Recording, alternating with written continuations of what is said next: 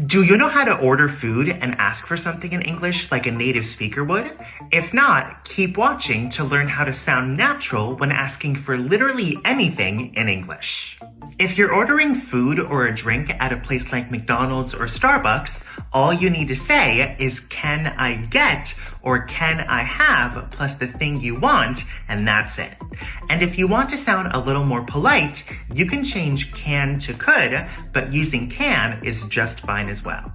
And if you're at a sit-down restaurant where a waiter takes your order, you can use all of these options, but it's also common to say "I'll have" plus the thing you want as well.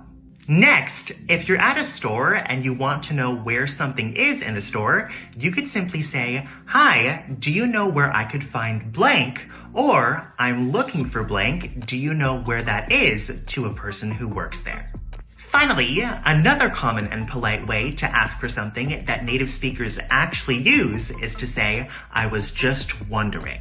So for example, you could say, "I was just wondering where the croutons are, and I was just wondering how much this costs." Do you know any other natural sounding ways to ask for something in English? If you do, write them down below in the comments.